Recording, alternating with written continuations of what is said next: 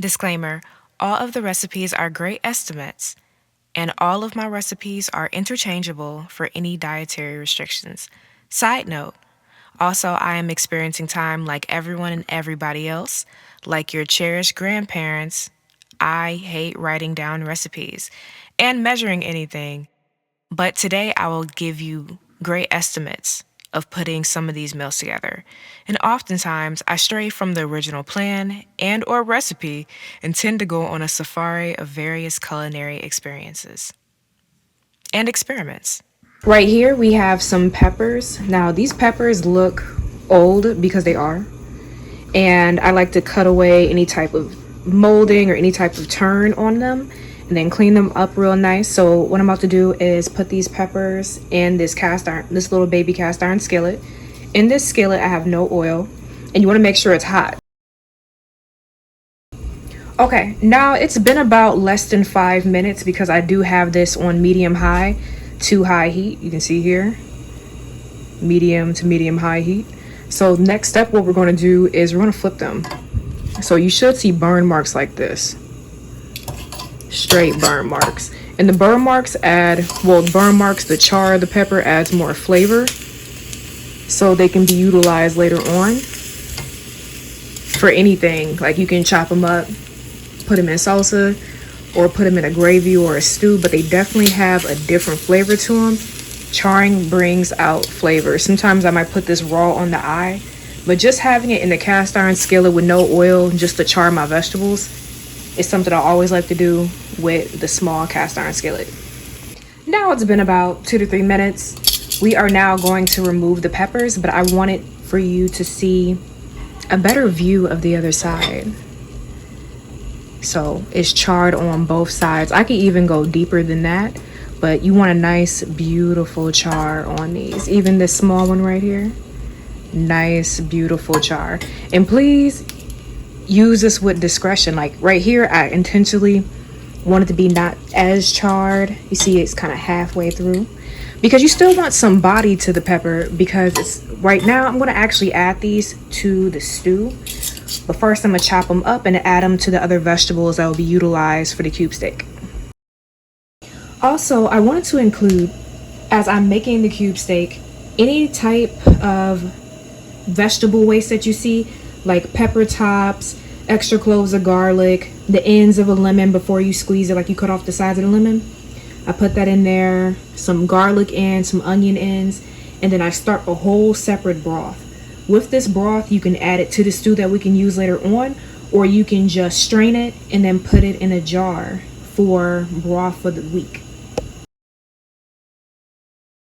So as I was chopping up the vegetables, any type of waste that you have with the vegetables, like I mentioned earlier, the onion tops, the onion bottoms, the lemon tops and bottoms, different tops of the peppers, garlic, all of any type of food waste as you chopping up vegetables, put in some boiling water so you can make some fresh stock that could be used throughout the week.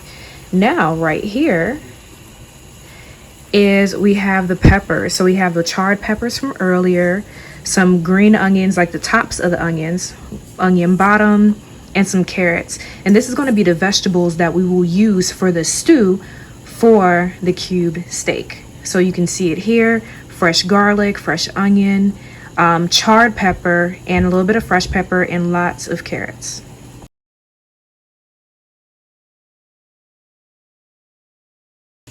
So I've already mentioned the peppers earlier.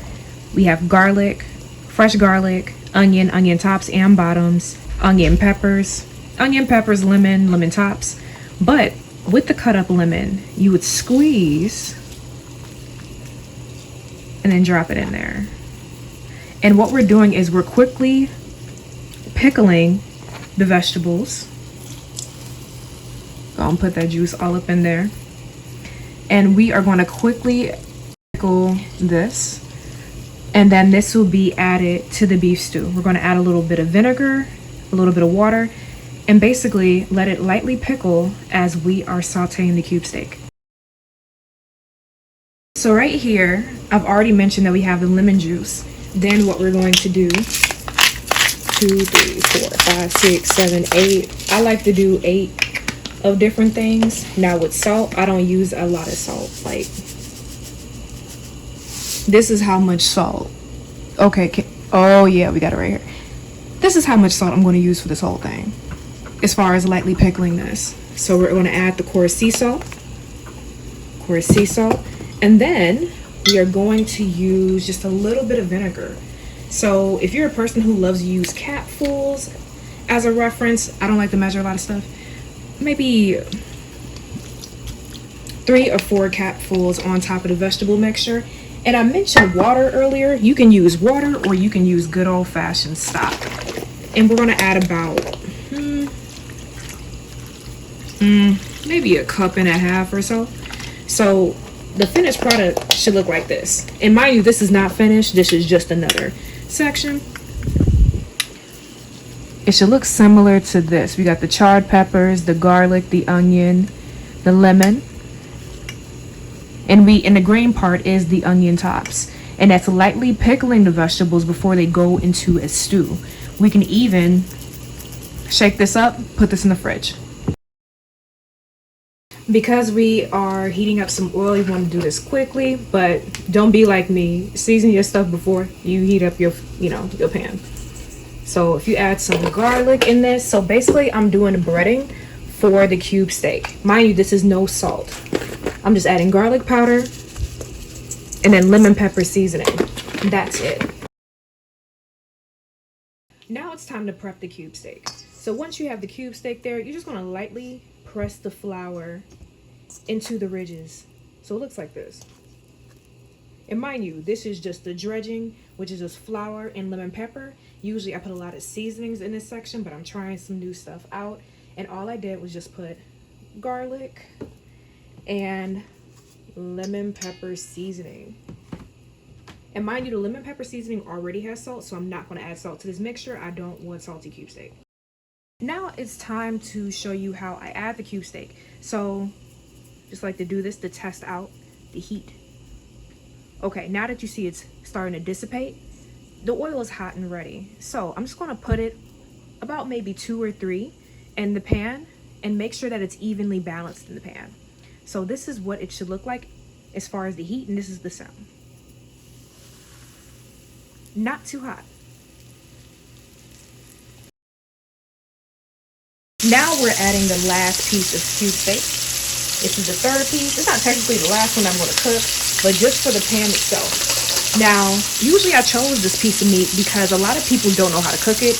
It's known for to be a cheaper meat. And the thing is, you want it hot on both sides, and then you want to slowly break it down, almost like you cook in pot roast, but in a mini version. Okay, now it's time to flip them. And what I was mentioning earlier, like a mini pot roast, is that it's a cheaper piece of meat, but you're supposed to pan sear on each side. So it should look something like this. It should start having some browning. And mind you, it is not going to be done. The only thing is you're supposed to brown both sides. But not too much, because you don't want a tough cube steak. The purpose is you're supposed to sear it on both sides and then slow cook it within its own juices. Now for me, I'm not doing it hot.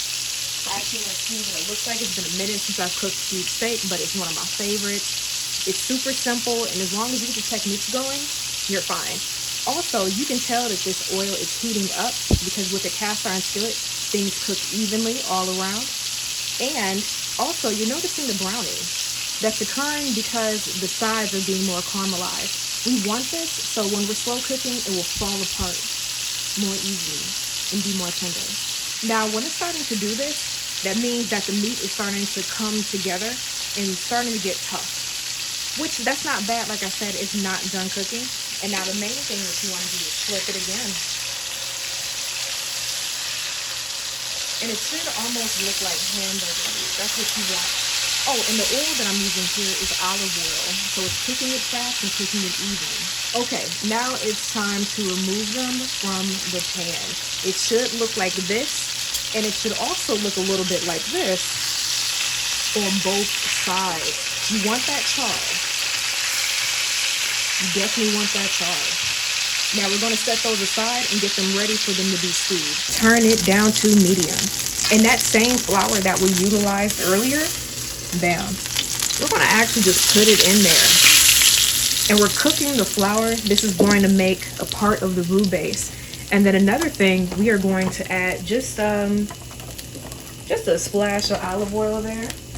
And we are going to use our wooden spoon and stir it in there. Now this is the base for the gravy, for the stew gravy, as I like to call it. So with the stew gravy, we are going to slowly cook this. You see how quickly it's turning brown?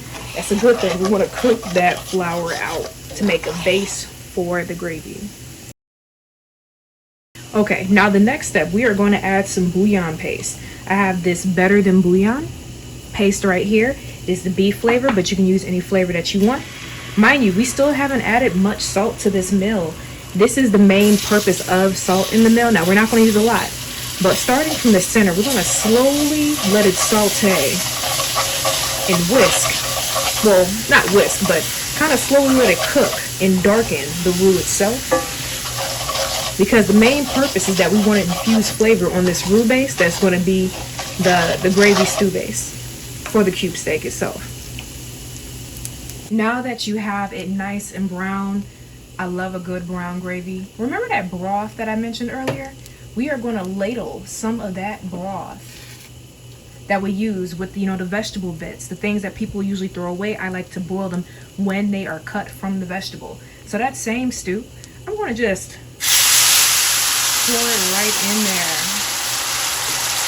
And mind you, this is an olive oil gravy from the cube steak mixture. And then we're just slowly ladling that broth in there, that lemon broth, that that had lemons in there, carrot tops, pepper tops, lemon. We're just gonna pour it in there.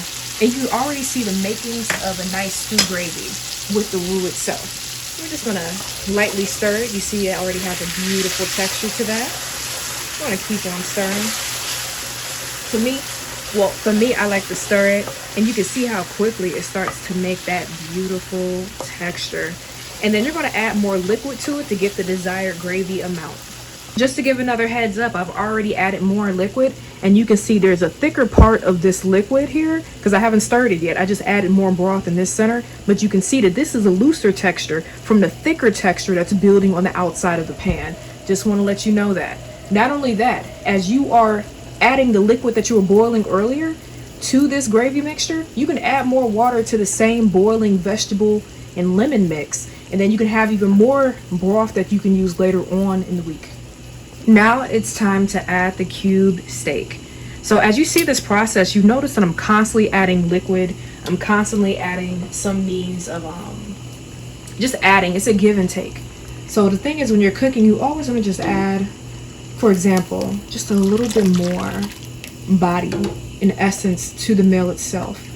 So as we are adding more liquid, the goal is that we want enough so it can properly cover at least 50% of the meat product. Or let's say if you're vegetarian, you want to add mushrooms, you can do it here. Because the thing is, there's so many different ways to make cube steak, but a lot of the structure is the same. Hey, Sydney here, just giving you another quick update. Or gingery cast iron. So gingery cast iron is here. I am here to let you know that it's important to, you see how it's a little bit hanging out? That's okay. We're going to constantly be mixing and turning and slathering the meat together. But the main purpose is the fire is supposed to be turned down low, medium low to high, and it just let the beef slowly simmer there. So now I'm about to, excuse the flour, add a top on there and let it simmer. Okay, now we have this hot pan. And in this hot pan, we are going to add one of my favorites, pumpkin seeds. And we are going to lightly toast them. Now this, remember that pickled vegetables that we were talking about earlier? Instead of me putting the stew, I'm just going to make a warm salad. So we're going to add the pumpkin seeds right on this hot pan, and we're going to lightly toast them.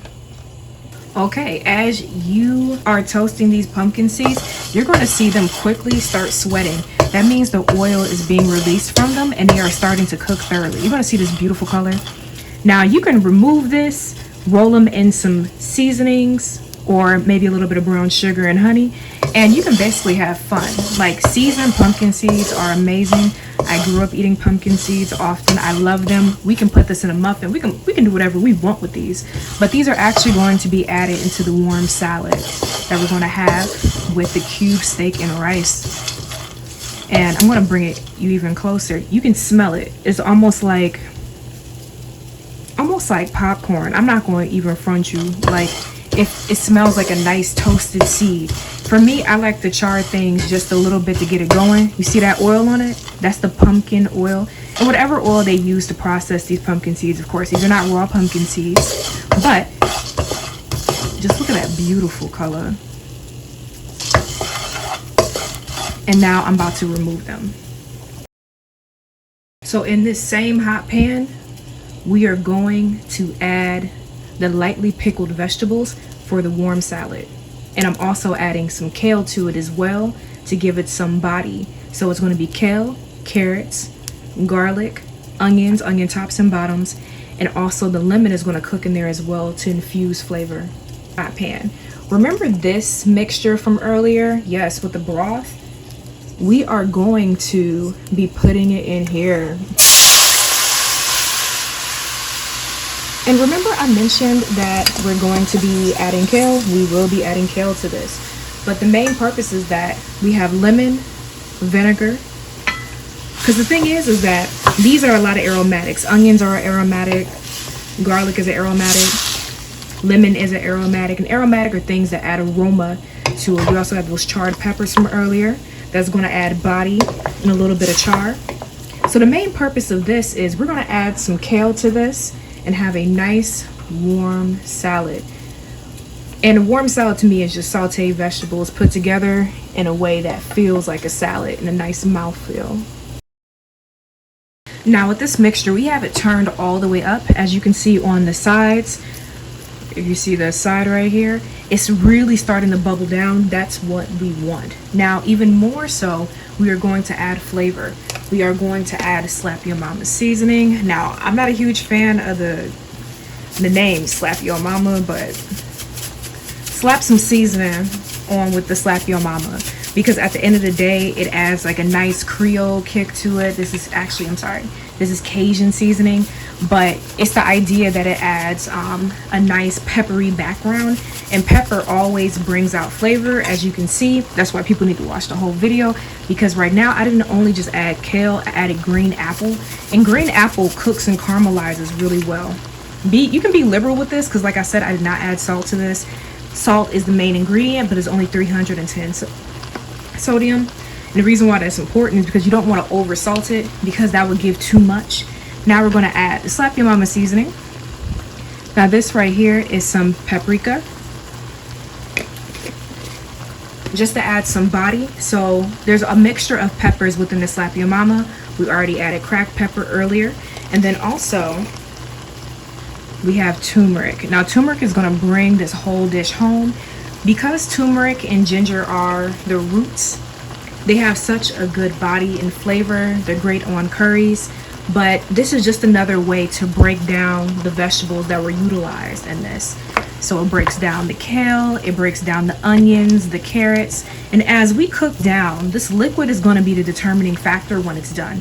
Once most of the liquid is cooked down, or at least caramelized to how we want it to be, it's going to add flavor. As you can see, the charred peppers, the kale, we still have the big chunks of lemon in here. You can throw it away when you're done cooking with it, but that just adds more of a nice sour after effect that will bring out the green apples and the sourness of the vinegar. All of these different acids will break down the carrot to give it what it wants, which is basically to absorb flavor. Root vegetables go with other root vegetables. Also, just checking in, to make it cook faster, we're going to do it slightly ajar. Now I love to do it this way, even though yes, it does have a hole here. This just adds some means of, we really want it to almost cook more aggressively.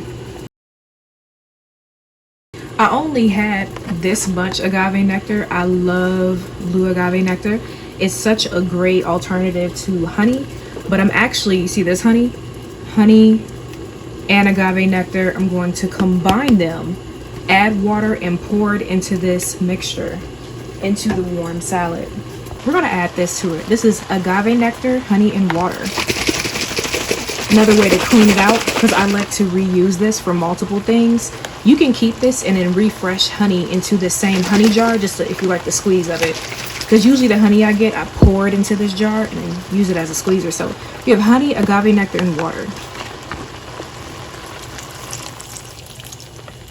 And then we're going to put the top back on, and then we're going to stir it up, put the top back on, and let it reduce even further. Also, when I say season throughout, I really do mean that. So we're going to add the Slap Your Mama. I've already added dried onion and garlic, but we're adding the Slap Your Mama. We are adding just a little bit of paprika. Paprika can take things over very quickly, so you just want a nice, cute dash of her to bring out other flavors. Paprika is a pepper. You want to add flavor to it, and then also just a little bit of lemon pepper, that same lemon pepper that you use to put in the dredging for the cube steak. We have that there. Also add garlic powder. I've already added that earlier, you can see on the edges. And slowly move it around. The whole purpose is low and slow when it comes to beef, especially cheaper cuts. Now, what I'm really excited about is the apple warm salad, and it's a honey blue agave nectar warm salad with lightly pickled vegetables. So that's what it looks like. You see all that air escaping it, all that flavor escaping it. You're going to see those carrots break down. We're cooking it until those carrots have had enough. And not only that, if you want to do this recipe without pickling the vegetables, just the apples alone, now you have the makings of a beautiful applesauce. Well, savory applesauce is what this kind of is, given. And then not only that, it's going to be breaking down, emulsifying, and it has a nice honey lemon flavor to add to the carrots and the kale. So bottom line is we are stewing the lightly pickled vegetables. Oh yeah, and how can I forget? We are going to add, remember those pumpkin seeds from earlier? I want to just lightly put that in there to add more protein and also add more depth of flavor. So you have that nuttiness in comparison to the acid of the vinegar, and also the honey just slowly roasting the lemon, the carrots, adding more body and flavor with the stewed kale. Now we have the finished product. So you have the lightly steamed kale with the stewed kale, apples, carrots, fresh onion, garlic, and a honey lemon sauce that it reduced in that was lightly pickled. And then you also have it finished off with some charred pumpkin seeds. Now this is the warm salad.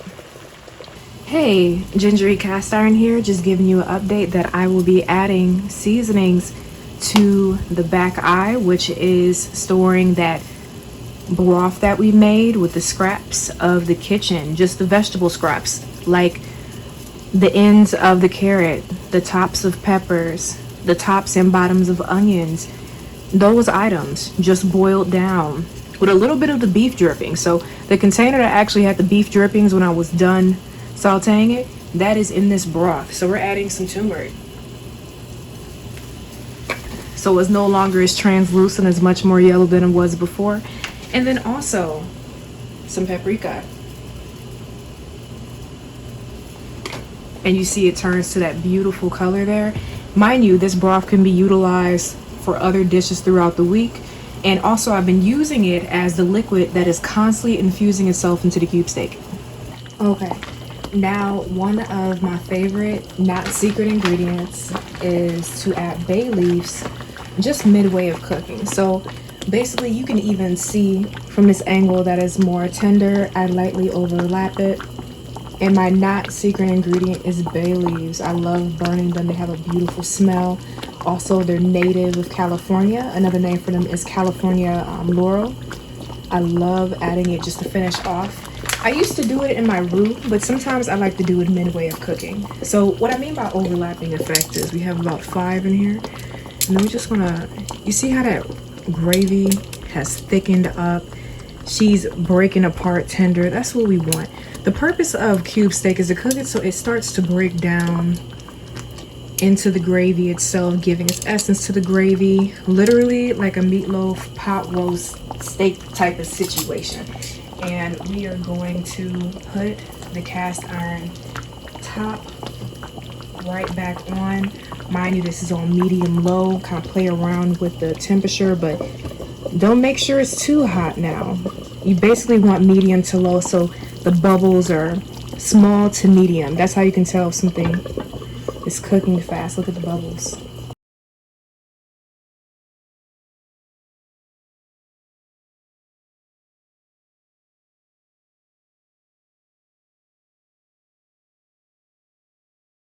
Now right here, the gravy has gotten more brown, and I like to move the protein around in the pan so we can also gauge a better idea of how long it's going to cook. So we're almost there. It should be, like I said, falling apart tender with a little bit of pink in the side. Not medium, but almost like just kind of, it should sag down, like barely, like literally coming apart. That's a good thing. So that means that it's nice and tender and it's ready. Just like that one piece right here. Nice, juicy cube steak. It's not the easiest thing to make. It just takes a little bit more time because it's a cheaper cut of meat. But what I can guarantee is delicious. It is a delicious thing, especially if you decide to cut it up. But we're basically done. I'm gonna turn it down to low. Just showing you once more. This is kind of the texture you want. And with the gravy, you can always tell the texture of a gravy by one cool thing. So one moment. The goal is, as I'm stirring it around so you can kind of see it a little bit, is you can tell the texture of the gravy by the back of the spoon.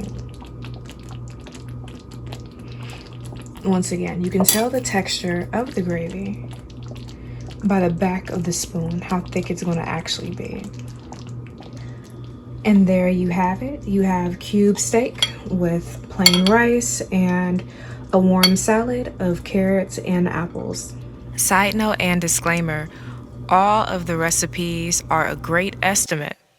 And half the recipes or all the recipes in this video are interchangeable for any dietary restrictions. Also, I am experiencing time like everyone and everybody. And like your cherished grandparents, I hate writing down recipes and measuring anything. And oftentimes, I stray from the original plan and or recipe and tend to go on a safari of various culinary experiences and experiments. Thank you for watching the video and listening to the video podcast. A special thanks to the ones that directly and indirectly supported the Gingery Cast Iron brand. I hope this video helped you feel more confident in the kitchen. Thanks again.